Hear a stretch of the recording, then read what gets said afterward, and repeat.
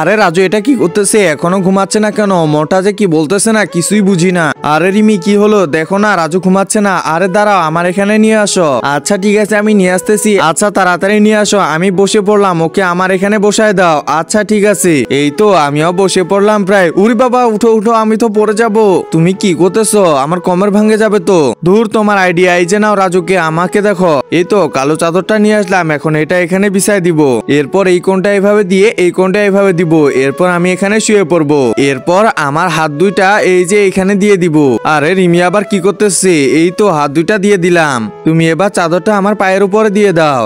একজন মা কতটা আপন হয়ে থাকে যার মানেই তাকে জিজ্ঞাসা করে দেখো। তো দেখা যাক বন্ধুরা এই মায়ের জন্য কে ভিডিওটিতে লাইক এন্ড সাবস্ক্রাইব করে। আর যারা মাকে ভালোবাসো না তারা ভিডিওটি থেকে দূরে থাকো। এই তো আমি উবুর হয়ে নিলাম, আমি হলাম ইঁদুর। আরে এটা আবার কি বানালো রিমি? একদম ইঁদুরের মতো লাগতেছে তো, অনেক ভয়ঙ্কর লাগতেছে। ওই যে দেখো বাবা ইঁদুর আসছে, ইঁদুর আসছে।